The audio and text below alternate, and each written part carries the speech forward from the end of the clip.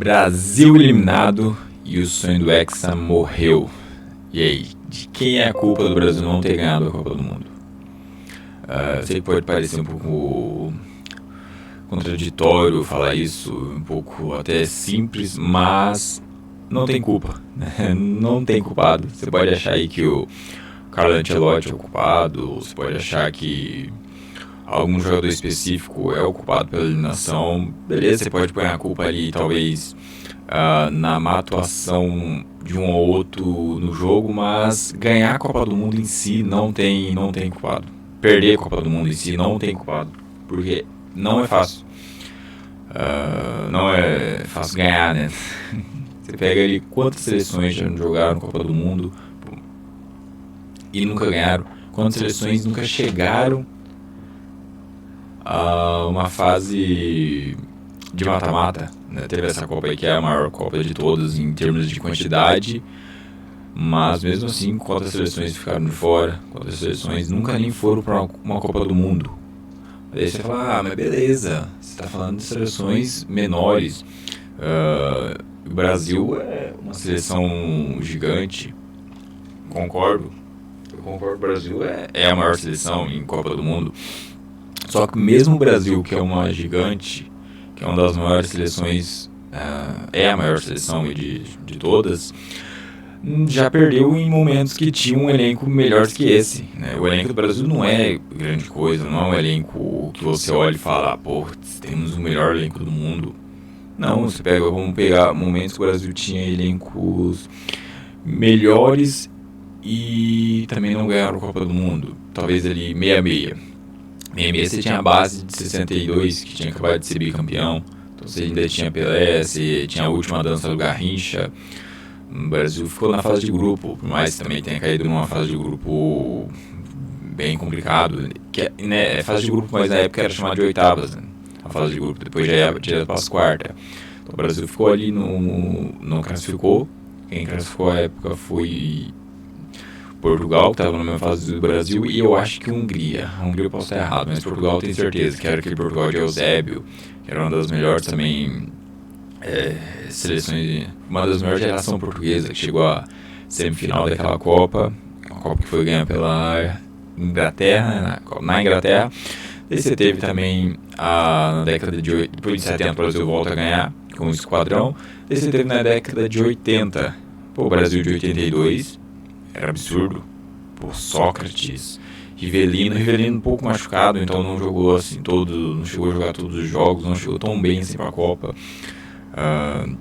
Zico, que era o nome daquela seleção.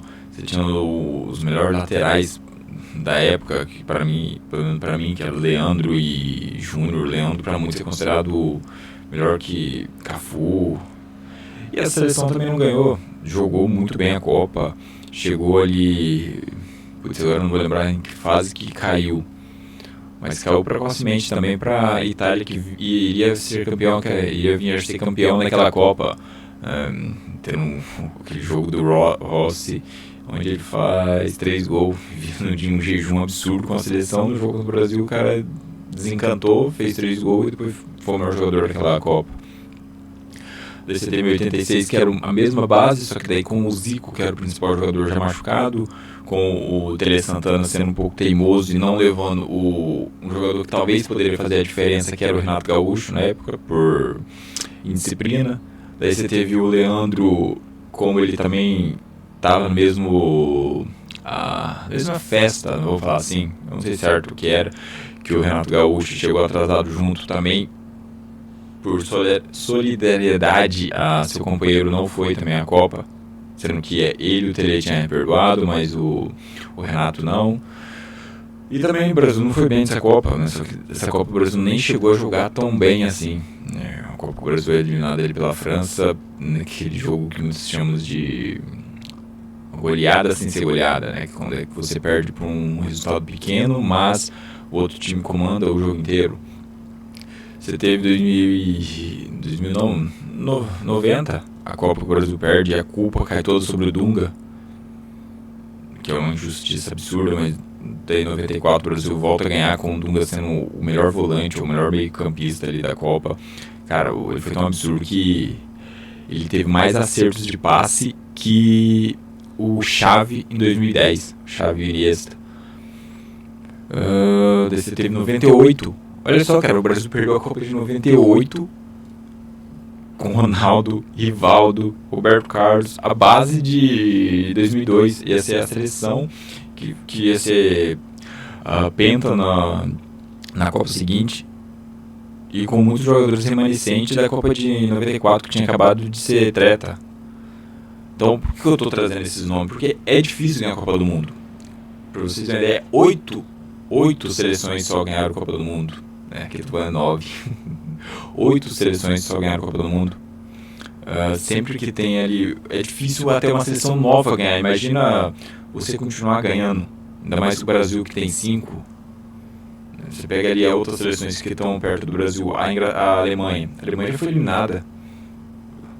A Itália nem para a Copa foi, que são as outras duas que estão próximas ali do Brasil de empatar, que são as duas tretas. Cara, nem para a Copa foi, faz quantas Copas que a Itália não vai para a Copa. E não são gerações tão horríveis assim para não conseguir ir para a Copa. Então, além de ter que ter uma seleção muito boa, você tem que ter uma seleção boa, aquela seleção tem que estar muito encaixada, jogar muito bem, e ainda ter sorte. Porque se não tiver sorte, você ainda perde. Vamos voltar no tempo mais um pouquinho. Vamos voltar um pouquinho para a história. Vamos lá para 54. Cara, 54 a melhor seleção do mundo era a Hungria. Disparada, a Hungria de Puska. Chegou à final, era a melhor seleção daquela Copa. Jogava um futebol mais bonito. Chegou à final, perdeu a Alemanha. Sendo a melhor seleção. E não era uma das melhores Alemanhas de todos os tempos, porque a Alemanha sempre foi consistente, sempre que chegou em finais, deu trabalho, mas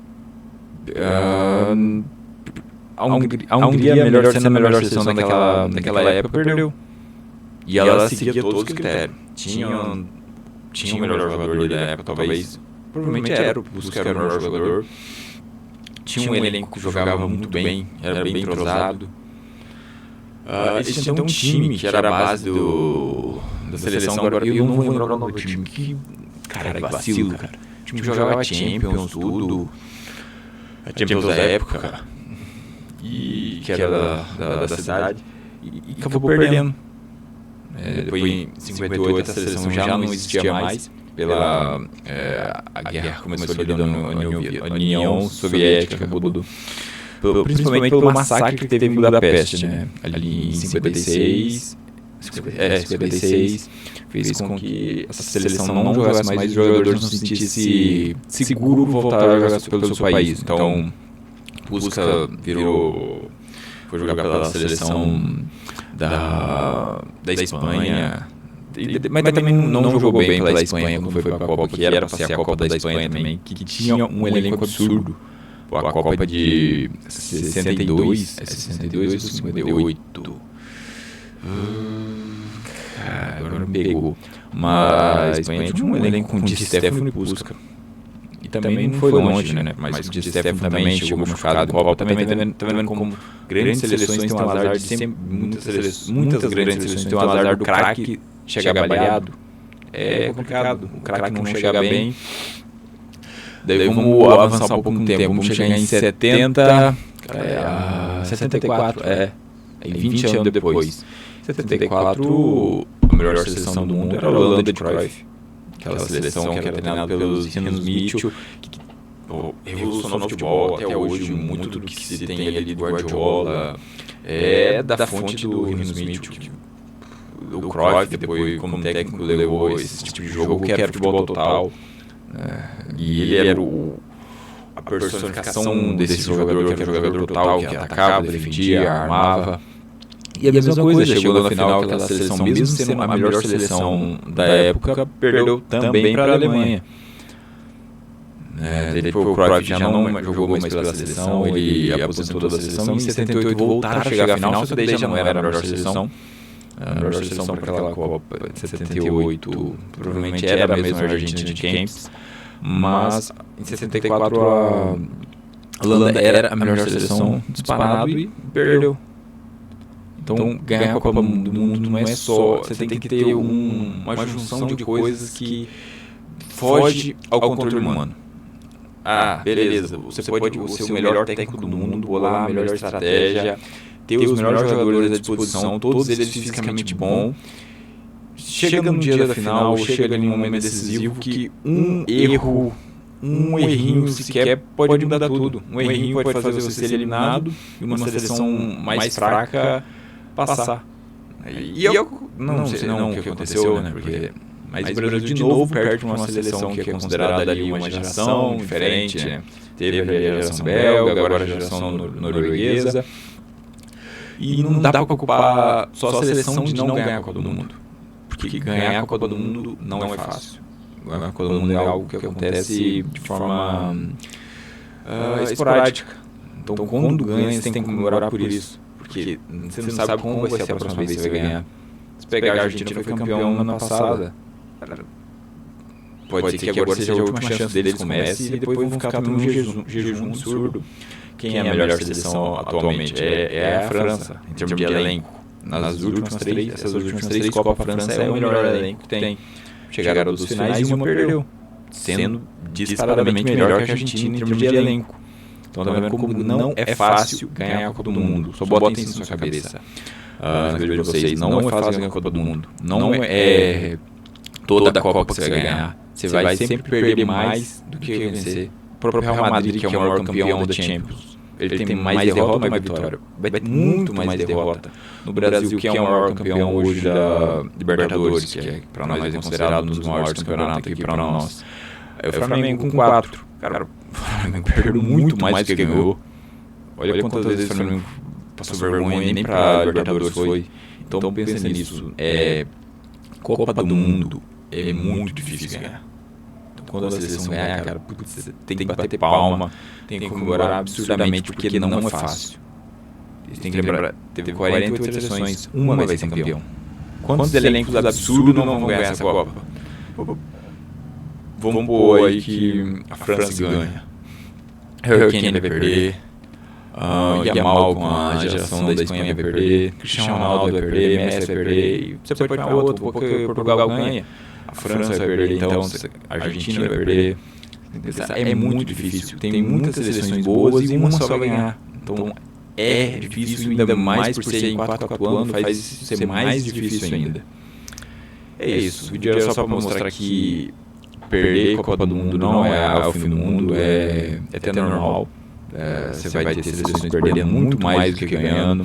E o Brasil, infelizmente, está com elencos piores do que em momentos que perderam, do que outros momentos que perderam. Está com um elenco pior do que em 98, está com um elenco pior do que em 82. E mesmo assim, esses elencos muito superiores perderam. Então, é muito difícil ganhar a Copa do Mundo. Estou sendo redundante, repetindo, porque é a verdade. É muito difícil. É isso aí, se vocês concordam, discordam, deixa aí no comentário o que vocês acham. Provavelmente vão estar muitos aí, vão estar tristes de ter perdido a Copa, porque é triste mesmo. Quando perdeu de 18, eu fiquei uma semana ali refletindo sobre o jogo, ficando, puta que pariu, o que o Courtois foi defender aquela bola. Mas é isso. Fiquem com Deus, até o próximo vídeo. Não esqueça de deixar o like, não esqueça de deixar o comentário. Até mais, falou.